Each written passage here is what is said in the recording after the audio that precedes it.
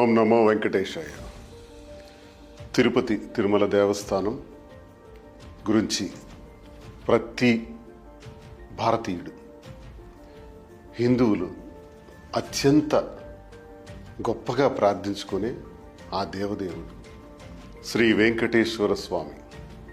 శ్రీ వెంకటేశ్వర స్వామి వారు ఇది కలియుగం. కలియుగంలో కలియుగాంతం వరకు కూడా ఆ 7 కొండలపైనే నివసిస్తారని, అక్కడకు వచ్చిన భక్తులకు వారి కష్టాలు వారి బాధలు విని వారికి సేద తీర్చుతారని, ఈ కలియుగంలో ఈర్ష్య, అసూయ, ద్వేషాల మధ్య నలిగిపోతున్నటువంటి వారికి దుష్ట శిక్షణ, శిష్ట రక్షణ చేస్తారని, శ్రీ వెంకటేశ్వర స్వామి వారు పద్మావతిని వివాహం చేసుకున్నప్పుడు మరి కుబేరుని వద్ద తీసుకున్నటువంటి అప్పుని వడ్డీతో సహా కలియుగాంతం వరకు చెల్లిస్తానని వెంకటేశ్వర స్వామి చెప్పినటువంటి మాట ప్రకారం కలియుగాంతం వరకు 7 కొండలపైన నివసిస్తున్నటువంటి వెంకటేశ్వర స్వామిని మేము భాగస్వాములవుతాం.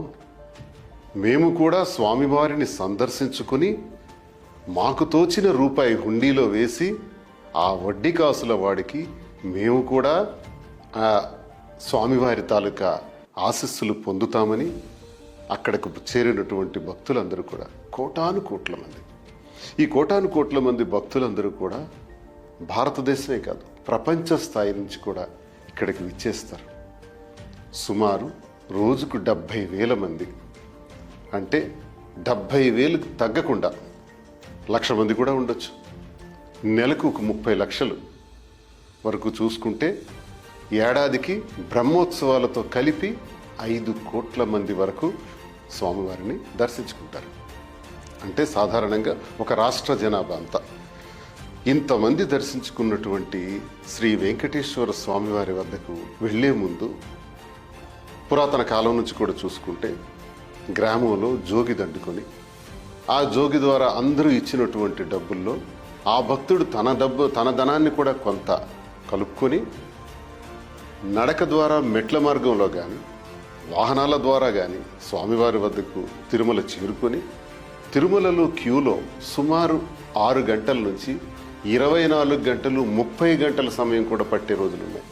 అలాంటి సందర్భాల్లో కూడా పసిపిల్లలతో, వృద్ధులతో, అనారోగ్యాలతో మహిళలు అందరూ కూడా స్వామివారిని స్మరించుకుంటూ గోవిందా గోవిందా అన్న నామస్మరణతో ప్రతి ఒక్కరు కూడా క్యూ లైన్ పాటించుకుంటూ స్వామివారికి బంగారు వాకిలి చేరిన సమయానికి తీవ్రమైన అలసటతో ఉన్నటువంటి ప్రతి భక్తుడు కూడా ఆ బంగారు వాకిలిని తాకగానే 3 కోటి దేవతల యొక్క ఆశీస్సులు పొందే ఒక గొప్ప అనుభూతిని పొందుతూ అక్కడి నుంచే స్వామివారిని చూసేందుకు ఆ దీపపు కాంతుల్లో కనపడినటువంటి స్వామివారి పాదాలు, వారి ఆకారం, ఆ అద్భుతమైనటువంటి స్వామివారి ఆ ముఖార విందాన్ని చూడటానికి ఆ ప్రతి భక్తుడు పడేటటువంటి తపన, స్వామివారిని చూస్తూ కళ్ళారా మొత్తం అతనితో ఆ దేహాన్ని అంతటినీ కూడా స్వామివారికి అర్పించి గోవిందా నమో నారాయణాయ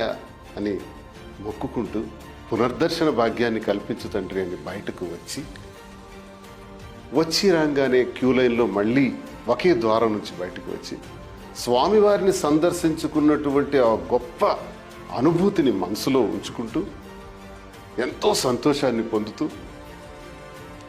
రెండవ అంశం ఏంటంటే స్వామివారి అనుభూతిని పొందాను, స్వామివారిని కళ్ళారా చూడగలిగాను, స్వామివారి లడ్డూ ప్రసాదాన్ని కూడా తింటాను అని క్యూ లైన్లోకి వెళ్ళి క్యూ లైన్లో మళ్ళీ ఒక యుద్ధమే.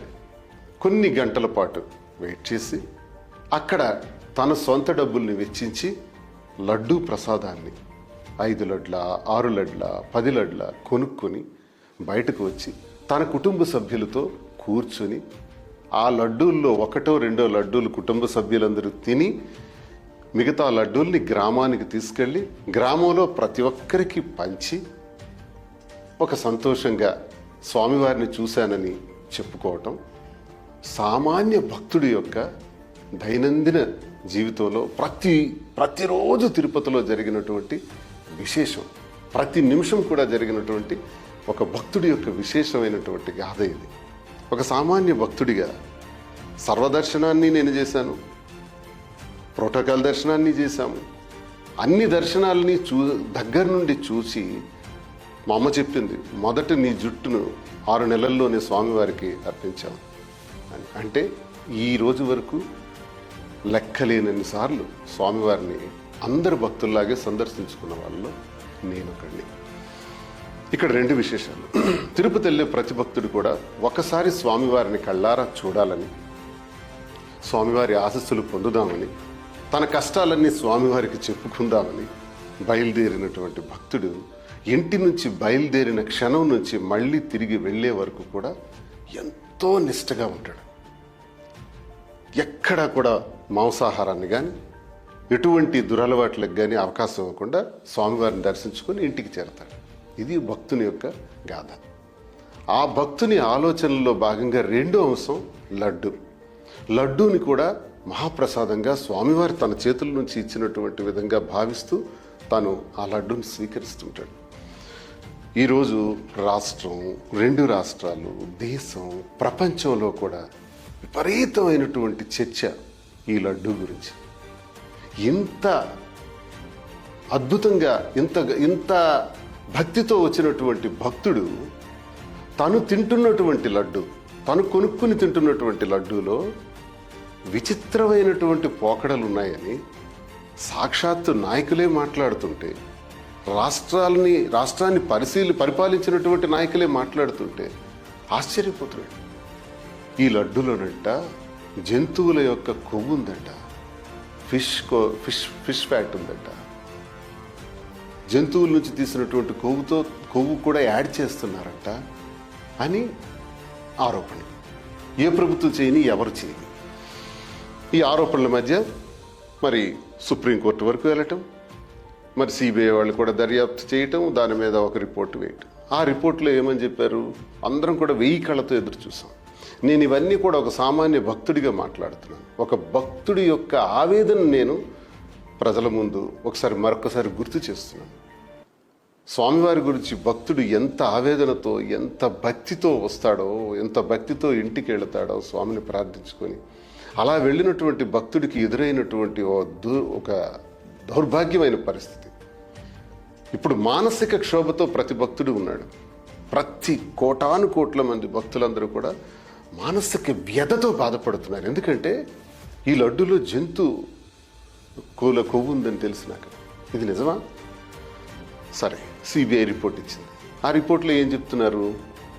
ఆ రిపోర్ట్ను బట్టి చంద్రబాబు నాయుడు గారు అంటారు జంతువుల కొవ్వు ఉంది అని అంటారు. లోకేష్ గారు అంటారు జంతువుల కొవ్వు పూర్తిగా అందులో ఉంది అని నిర్ధారణ అయింది అంటారు. పవన్ కళ్యాణ్ గారు అంటారు జంతువుల కొవ్వు ఉన్నట్లుగా అనుమానం ఉంది అని అంటారు.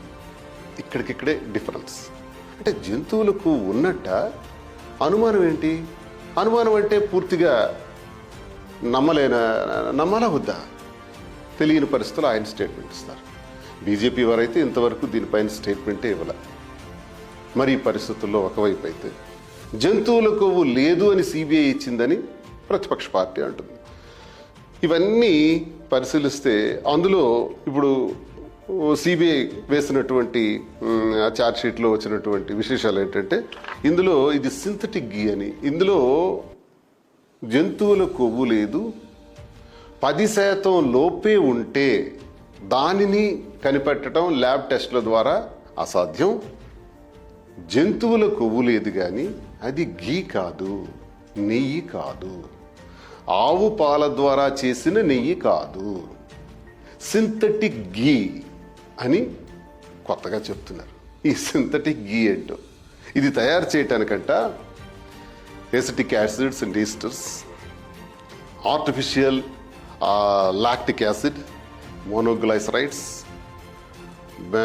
Beta carotene and fake flavours, సువాసనల కోసం fake flavours, refined palm oil and kernel oil and lactic acid. And ముఖ్యమంత్రి గారు రీసెంట్గా ఒక మాట కూడా చెప్పారు, బాత్రూమ్ క్లీనర్స్కి వాడే ఇవి కూడా వాడుతున్నారు. ఏంటిది? ఎక్కడికి పోతున్నాం? స్వామివారి ప్రసాదం ఏంటి? ప్రసాదంలో ఇవన్నీ ఏంటి? సింథటిక్ గీ ఏంటి? అసలు ఒళ్ళు గగురు పడుస్తుంది, భయం వేస్తుంది. అసలు ఎక్కడున్నాం మనం? ఇది లడ్డుగా పెడుతున్నారా? ఇది నిజమా? సిబిఐ ఇది వేసిందా? అది కూడా 2014 సంవత్సరం నుంచి 2019 సంవత్సరం నుంచి 24 వరకు జరిగిందని ముఖ్యమంత్రి గారు అంటారు. ఆపోజిషన్లో లేదు, అది జరగలేదు అని, అందులో జంతువుల యొక్క కొవ్వు లేదని సిబిఐ రిపోర్ట్ ఇచ్చింది అంటారు. ఇవన్నీ పరిశీలిస్తే ఇందులో ఇది గీ కాదు అని అంటున్నారు. సింథటిక్ గీ అంట, పాముల ఆయిల్ ద్వారా తయారు చేసినటువంటి సింథటిక్ గీ అంట. ఈ గీని వాడుతున్నారంట. సరే, ఇది నిజమా అబద్ధమా పోని మన వరకు మనం పరిశీలిస్తే, భక్తుడిగా మళ్ళీ నేను వస్తున్నాను, ఒక సామాన్య భక్తుడిగా ఆలోచిస్తే,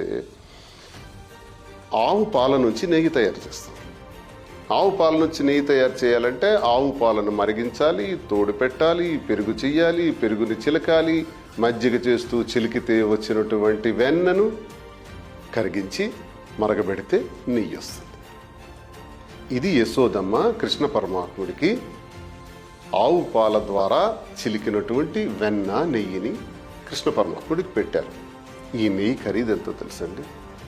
ఈ రోజుల్లో అయితే గ్రామ స్థాయిలో అయితే 2500 నుంచి 3000 రూపాయలు. ఇప్పుడు ఆధునిక ప్రపంచంలో ఇదంతా కష్టం కాబట్టి కొంత మెకానికల్గా కూడా కొంత టెక్నాలజీ ద్వారా చేస్తున్నారు. ఎలాగా? ఆవు పాలను సేకరించి అందులో నుంచి ఫ్యాట్స్ని సెపరేట్ చేసి, వెన్నని బయటకు తీసి, అందులో నుంచి నెయ్యి తయారు చేసి, అంటే ఇప్పుడు విజయ డైరీ మిల్క్ వారు వీళ్ళందరూ కూడా నెయ్యిని తయారు చేసి అమ్ముతారు. దాని విలువ ఎంతో తెలుసా? మినిమం 1200 నుంచి 1500 రూపీస్. మరి మార్చ్ నెల 2019 సంవత్సరం ఒక టెండరు గవర్నమెంట్ నాటి ప్రభుత్వం ఇచ్చింది. అందులో 319 రూపాయలకి L1 ఇచ్చారు. L1 అంటే అర్థం ఏంటంటే, ఎవరైతే తక్కువ రేటుకి నెయ్యి అమ్ముతారో వాళ్ళకి ఆ కాంట్రాక్ట్ ఇవ్వటం. అంటే 319 రూపాయలకి కేజీ నెయ్యి. నమ్మ సాధ్యమా? ఇది నిజమా? 319 రూపాయలకి నెయ్యి దొరుకుతుందా? 319 రూపాయలకి నెయ్యి కొనుగోలు చేసి ఒక రోజుకి నెయ్యి ఎంత అవసరం ఉంటుందంటే 15,000 నుంచి 18,000 కేజీల వరకు అవసరం ఉంటుంది. ఈ రకంగా ఈ నెయ్యిని సేకరించి లడ్లు తయారు చేశారంట. ఈ లడ్లలో ఇలాంటి అవశేషాలన్నీ కూడా ఉన్నాయంట. ఒక భక్తుడిగా స్వామివారి వద్దకు వెళ్ళి వారి పాదాలను సందర్శించి ఎంతో భక్తితో తిరిగి వచ్చి ఆ లడ్డూను ఎంతో పవిత్రమైనదిగా స్వీకరిస్తున్న సందర్భంలో ఆ లడ్డూలు ఇవన్నీ ఉన్నాయని తెలిసిన తర్వాత ఎంతో నిష్ఠాగరిష్ఠుడిగా తిరుపతికి వచ్చి దర్శనం చేసుకున్నటువంటి భక్తుడికి ఈ లడ్డూలో నేను జంతువుల కొవ్వు లేకపోతే సింథటిక్ గీతో నేను తింటున్నాను ఈ లడ్డు అన్నది ఎంత బాధను కలిగిస్తుంది, ఎంత మనస్తాపాన్ని కలిగిస్తుంది. ఒక హిందువుగా ఇవన్నీ జరుగుతుంటే చూస్తుంటే ఎంత బాధేస్తుంది. మరి ఇలాంటి సందర్భంలో దీన్ని ఎవరిని అనాలి? ప్రభుత్వాలనా? ఎవరి గురించి మాట్లాడాలి? దీనిపైన ఎవరిని మనం పాయింట్ బ్లాంక్గా మాట్లాడాలి? నాకు అనిపిస్తుంది, తిరుపతిని 200 సంవత్సరాల పాటు భారతదేశాన్ని ఆక్రమించుకొని 200 ఏళ్ళు కైవసం చేసుకున్న బ్రిటిష్ వారు కూడా తిరుపతిని తాకలేదు. బోర్డు ఏర్పాటు చేసింది కూడా బ్రిటిష్ వారు. అంత పవిత్రమైన స్థలంగా ఇది ప్రపంచ చరిత్రగాంచినటువంటి దేవాలయం. ఏడాదికి 5 కోట్ల మంది భక్తులు విచ్చేసినటువంటి దేవాలయం. ఒకే ద్వారం, వెళ్ళే ద్వారం, వచ్చే ద్వారం ఒకటే. ఇంత ప్రతిష్టాత్మకమైనటువంటి దేవాలయంలో ప్రసాదానికి సంబంధించి 2019 నుంచి 24 వరకే మాట్లాడుతూ చెబుతున్నారు. మరి అంతకుముందు ఎప్పుడు జరగలేదా? ఇది ఎప్పుడు ప్రారంభమైంది? ఎక్కడ ప్రారంభమైంది? ఎవరు ప్రారంభించారు? ఏ నాయకుడు, ఏ ప్రభుత్వం వల్ల ఈ దౌర్భాగ్యమైన పరిస్థితులు ప్రారంభమైనాయి? అసలు టీటీడీ ఏం చేస్తుంది? టీటీడీ చైర్మన్లు ఎవరెవరి కాలాల్లో ఇది జరిగింది? జేఈఓ ఏంటి, ఈఓ ఏంటి, వీళ్ళందరూ ఏం చేస్తున్నారు? వీళ్ళు ఎందుకున్నారు? వీళ్ళు అసలు టీటీడీ బోర్డు ఎందుకుంది? భక్తుల మనోభావాల్ని దెబ్బతీసే ఈ దారుణమైన పరిస్థితులు కల్పిస్తున్నటువంటి టీటీడీ బోర్డుని ఏమని నిందించాలి? వీటన్నిటికీ కారణం ఏంటంటే టీటీడీ బోర్డు చేసినటువంటి ఘనకార్యాలేంటి? నెయ్యిని సమకూర్చుకోలేమా? ఎంత ఘోరం అండి. అసలు మీకు ఒక చిన్న డేటా ఒకటి వేసుకోవటం జరిగింది. సుమారు 18 టన్నుల నెయ్యి ప్రతిరోజు కూడా అవసరం ఉంటుంది. అంటే 18 టన్నుల నెయ్యి అంటే 319 రూపాయల లెక్క. అంటే 2019 మార్చి నెలలో ఇచ్చినటువంటి L1 అగ్రిమెంట్ ప్రకారం చూస్తే ఒక 18 టన్నుల నెయ్యి 57 లక్షల రూపాయలు అవుతుంది. 57,42,000 రూపాయలు అవుతుంది. అంటే ఒక రోజుకి. నెలకు 17,22,60,000 అవుతుంది నెలకు. సంవత్సరానికి 206 కోట్లు అవుతుంది. అన్ యావరేజ్ నేను చెప్తుందంతా కూడా యావరేజ్ ఫిగర్స్. అంటే 5 కోట్ల మంది ప్రజలు భక్తులు సందర్శించినటువంటి తిరుపతికి ఏడాదికి రోజుకు 18,000 కేజీల నెయ్యి చొప్పున ఏడాదికి 200 కోట్లు సుమారుగా ఖర్చు పెడుతున్నారు. 200 నుంచి 250 కోట్ల వరకు ఖర్చు పెడుతున్నారు అన్నది ఒక అంచనా. మరి ఇంత ఖర్చు పెట్టిన దానిలో ఇది ఎవరి సొమ్ము? టీటీడీ సంపాదించిన సొమ్మా? ప్రభుత్వ నిధులు ఏమైనా ఇందులో ఉన్నాయా? ప్రభుత్వం తన గ్రాంట్స్ నుంచి తిరుపతి తిరుమల దేవస్థానానికి ఏమైనా కేటాయింపులు చేసే చరిత్ర ఎప్పుడైనా ఈ భారతదేశ చరిత్రలో ఉందా? తిరుపతి స్వగతంగా ఆ స్వామివారి ఆశీస్సులతో స్వామివారి నుంచే వస్తున్నటువంటి ఆదాయం ఇది. వెలకట్టలేనటువంటి నిధులు, వెలకట్టలేనటువంటి ధనాగారాలు స్వామివారి చెంతనే ఉన్నాయి. స్వామివారికి వడ్డీ కాసుల వాడికి నేను కూడా ₹1 ఇచ్చి ఆయన వడ్డీని కట్టుకునే దానిలో నేను భాగస్వామిని అవుతాను అని అనుకునేటటువంటి భక్తుడి నుంచి 5 కోట్ల మంది సుమారు సంవత్సరంలో సందర్శిస్తే వచ్చినటువంటి నిధుల ద్వారా, అంటే భక్తుల నుంచి వచ్చినటువంటి విరాళాల లెక్కేసుకున్న లడ్డు కూడా ఉచితంగా ఇవ్వట్లా, లడ్డు కూడా కొనుక్కుని తీసుకున్నటువంటి ద్వారా వచ్చినటువంటి ధనాన్ని కూడా చూసుకున్న తిరుపతి ఏడాదికి 6,000 నుంచి 8,000 కోట్ల రూపాయల బడ్జెట్. అంటే ఒక చిన్న ప్రభుత్వం లాంటిది. 8,000 కోట్ల రూపాయల బడ్జెట్లో భక్తుడు వెంకటేశ్వర స్వామిని చూసిన తర్వాత పొందిన అనుభూతి, లడ్డూని చూసి కూడా పొందుతున్నటువంటి అనుభూతిని ధ్వంసం చేసి, మానసిక ఆందోళనకు గురి చేసి, మనిషిని మానసికంగా భక్తుడిని చంపేసి, ఆఫ్టర్ ఆల్ 200 కోట్ల 250 కోట్లు 319 రూపాయల కోసం నెయ్యికి మీరు కొనుగోలు చేస్తారా? అది సింథటిక్ గీ కొంటారా? టీటీడీ ఏదైతే ఉందో బోర్డు, ఆ బోర్డు సభ్యులు, బోర్డు చైర్మన్లు దీనికి ప్రధాన కారకులు అవుతారు. నేను కూడా ఒకటి అడుగుతున్నాను స్పష్టంగా, ఇది ఎప్పటి నుంచి జరుగుతుంది? 14-19లో జరిగిందా? అంతకుముందు జరిగిందా? 9 నుంచి 14 వరకు రాష్ట్రం విడిపోకముందు జరిగిందా? ఎప్పుడు జరిగింది? ఎప్పటి నుంచి జరుగుతుంది? ఇవన్నీ మనం తేలాం. ఈ లెక్కలన్నీ ఇప్పుడు ఆ భగవంతుడికే తెలుసు, వెంకటేశ్వర స్వామికే తెలుసు. దమ్ముంటే అప్పుడు జరగలేదు అని ఏ ప్రభుత్వంలో ఉండే ఏ నాయకుడైనా వారి కుటుంబ సభ్యులతో వచ్చి స్వామివారి ముందు మోకరిల్లి మా కాలంలో ఇలా జరగలేదని చెప్పగలరా? 2019 సంవత్సరానికి ముందు కూడా కల్తీ జరగలేదని స్పష్టంగా మనం చెప్పగలమా? సరే, 2019 నుంచి 24 వరకు జరిగిందంటే మరి ఈరోజు నా సూటి ప్రశ్న, ముక్కుసూటిగా నేను టీటీడీ బోర్డు వరకు అడుగుతున్నా. ఈరోజు మీరు ఇస్తున్నటువంటి లడ్డూలో ఏ నెయ్యి వాడుతున్నారు? ఆ నెయ్యి తాలూకా విలువ ఎంతకు ఖరీదు చేస్తున్నారు? ఆ నెయ్యి కూడా ఈ సింథటిక్ గీవేనా? అంటే అందులో యానిమల్ ఫ్యాట్స్ లేవు, అది సింథటిక్ గీ, ఆవు పాల ద్వారా చేసినటువంటి నెయ్యి కాదు, వెజిటబుల్ ద్వారా చేసింది, అంటే పాముల ఆయిల్ ద్వారా చేసినటువంటి నెయ్యి అని ఇప్పటి వరకు ఆరోపణలు జరుగుతున్నాయి. సిబిఐ అదే ఆ విషయం పైన ఛార్జ్షీట్ వేసింది. నేను అడుగుతుంది ఏంటంటే, ఈరోజు తిరుపతి వెళ్తే మీరు ఇస్తున్నటువంటి లడ్డులో ఏ నెయ్యి వాడుతున్నారు? దీని మీద కూడా ఎంక్వైరీ చేయాలి. 24తో చేసి ఆపేస్తే అవుతుందా? ఆ తర్వాత ఏది వాడారు? రేపేంటి వాడతారు? దయచేసి నేను సిబిఐ వారికి మరి న్యాయస్థానాలకు కూడా నేను ఇది కూడా కోరుతున్నాను. ఎంక్వైరీ ఆఫీసర్స్ ఈ రోజుకైనా ఎటువంటి ప్రక్షాళన చేశారన్నది నాకు కావాలి. అది కూడా నాకు తెలియాలి. భక్తుడు కోరుకుంటున్నటువంటి కోరికది, భక్తుని యొక్క అభిప్రాయం ఇది. ఈరోజు నేను తింటున్నటువంటి లడ్డు స్వచ్ఛమైనదేనా, స్వచ్ఛమైన ఆవు నెయ్యితో చేసినదేనా, లేదా ఆ సింథటిక్ గీతోనే చేస్తున్నారా? అంటే గడిచిన కాలంలో వాడిందే ఇప్పుడు వాడుతున్నారా? ఇప్పుడు మీరు వాడుతున్నటువంటి నెయ్యి ఖరీదెంత? స్పష్టంగా తెలియజేయండి.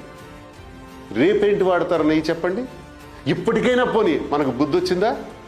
ఇది కూడా నాకు క్లారిటీ కావాలి. నాడు వాడినటువంటి నెయ్యి మాత్రమే కాదు, నేడు వాడుతున్నటువంటి నెయ్యి కూడా వివరాలు తెలియజేయాలి. ఇప్పుడు ఈ రోజు వాడుతున్నటువంటి నెయ్యి పైన కూడా సిబిఐ వారు ఎంక్వైరీ చేయాలి. అసలు ఒక సిట్టింగ్ జడ్జిని ఏర్పాటు చేయాలి. వన్ మ్యాన్ కమిటీ కాదు. ఇవన్నిటి వల్ల క్లారిటీ రాదు. ఇదంతా మళ్ళీ చీటింగే, మళ్ళీ రాజకీయ కక్షల కార్పణ్యాలకు కారణం అవుతుంది.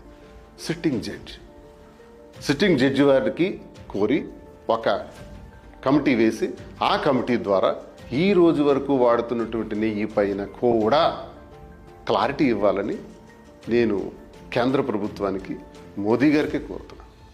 ఏటీటీడీ బోర్డు చైర్మన్ గారిని చెప్పగలరా? జేఈఓ, ఈఓలు ఎవరైనా చెప్పగలరా?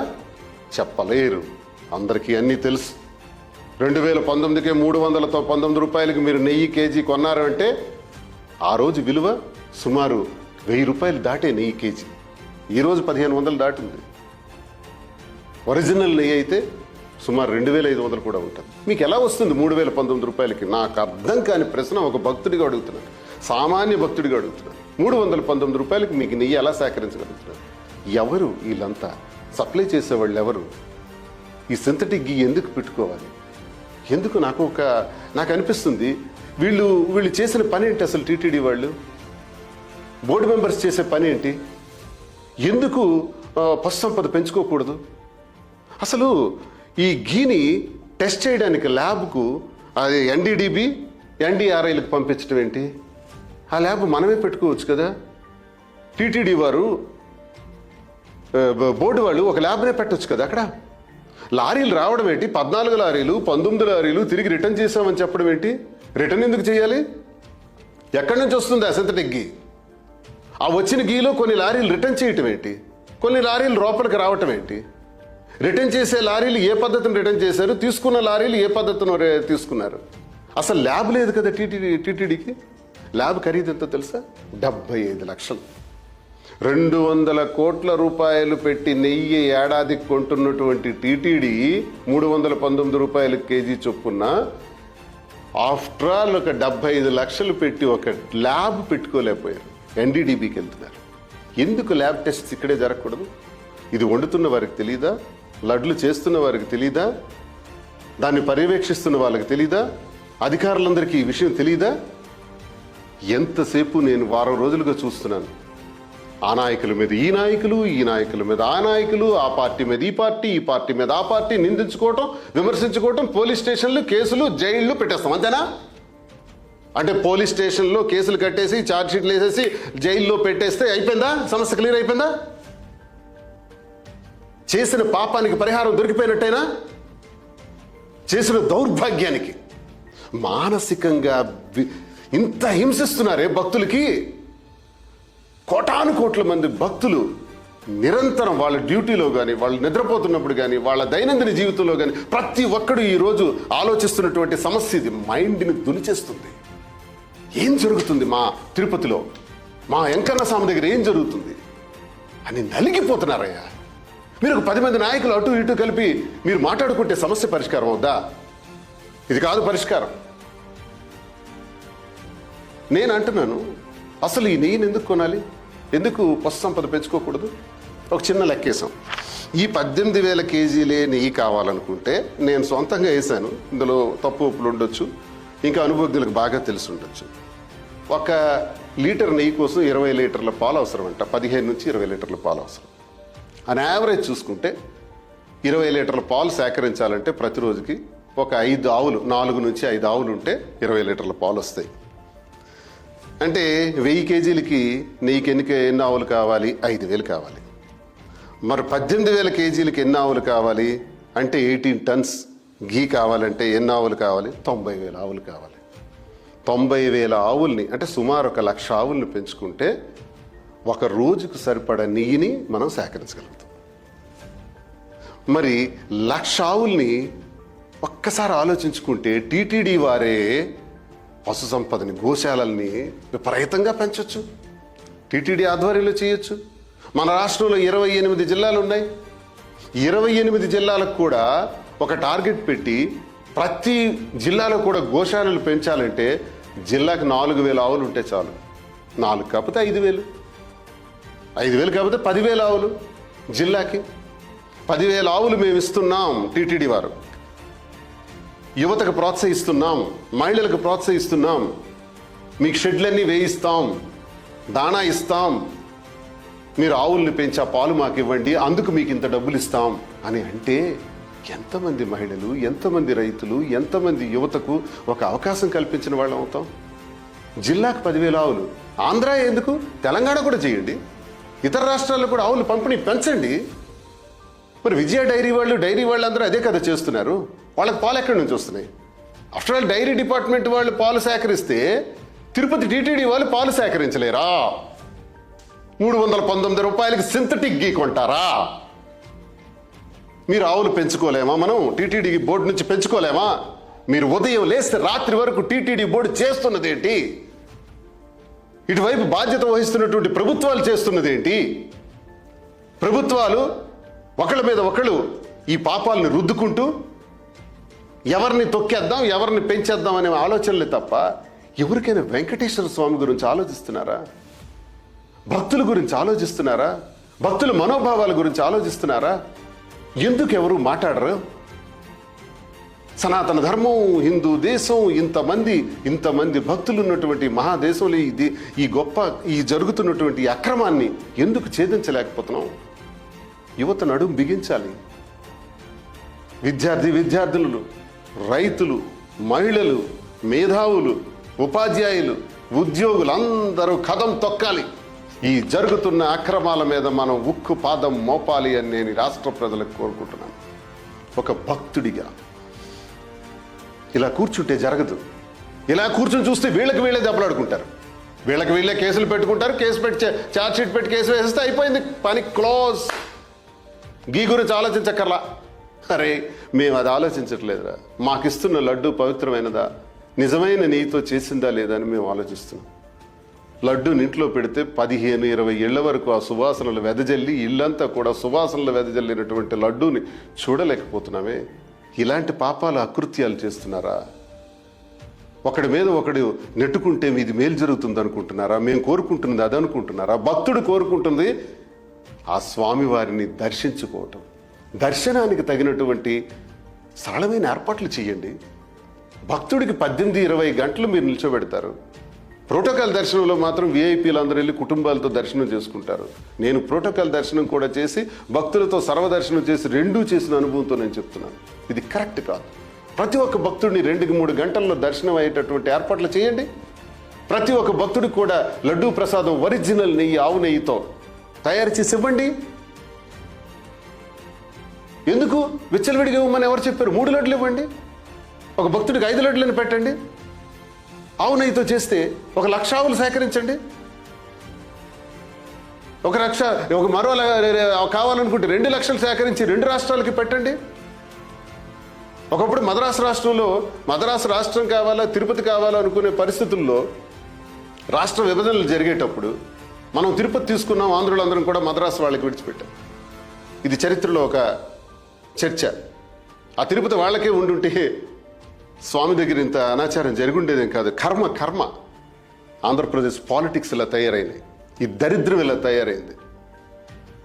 అసలు విషయాన్ని ఆలోచించాం, కేసుల గురించి ఆలోచిస్తాం, కక్షలు కార్పణ్యాల గురించి ఆలోచిస్తాం, స్వామివారి పవిత్రతను కాపాడే దిశలో మనం ఆలోచించాం, భక్తుడి యొక్క మనోవేదనని ఏ రకంగా మనం సమాధానం చెబుతామన్నది ఆలోచించాం. ఎంతసేపు మన కక్షలు కార్పణ్యాలే. నేను గవర్నమెంట్లో ఉన్నాను, నేను ఒక ఎమ్మెల్సీగా ఉన్నాను. మాట్లాడడానికి అసహ్యం వేస్తుంది. ఒక సామాన్య భక్తుడిగా మాట్లాడుతున్నాను నేను. క్యూ లైన్లో వెళ్ళేటటువంటి భక్తుడి ఆవేదన నేను మాట్లాడుతున్నాను. దీనికి పరిష్కారం నేను ఒకటే అనుకుంటున్నాను, ప్రజల ఏకం కావాలి. ప్రతి జిల్లాలో కూడా ఉద్యమం రావాలి, యువత స్పందించాలి, ముందడుగు వేయాలి. తిరుపతిలో జరుగుతున్నది ఏంటి? టీటీడీని ప్రశ్నించాలి, ప్రభుత్వాన్ని నిలదీయాలి, ఎవరు అధికారంలో ఉన్నా సరే. మా తిరుపతిలో మా భక్తి విశ్వాసాలని సర్వనాశనం చేసే అధికారం మీకెవడిచ్చాడని ప్రశ్నించాలి. ప్రతి నోటి నుంచి కూడా ఈ ప్రశ్న రావాలి. స్వచ్ఛమైన పాలు సేకరణ జరగాలి. పలు ప్రాంతాల్లో ఆవుల పశు సంపదను పెంచాలి. డైరీ ఫార్మ్స్ని విపరీతంగా పెంచుకొని పాలు సేకరణ చేసి తద్వారా నెయ్యిని సేకరించి లడ్డులను చేయాలి. అది భక్తుడికి అందించాలి. ఆ వైభవం తీసుకురాకపోతే ఇలా స్వచ్ఛమైన నెయ్యితో మనం ఎప్పుడైతే లడ్డూని అందించకుండా ఇలాంటి సింథటిక్ గీలు, ఇలాంటి బాత్రూమ్ క్లీనర్స్ చంద్రబాబు నాయుడు చెప్పేటట్టుగా నిజంగా అది నిజమే అయితే, నేనైతే అది వినడానికి కూడా నాకు నరాలు తెగిపోతున్నంత బాధగా ఉంది, తట్టుకోలేకపోతున్నాను.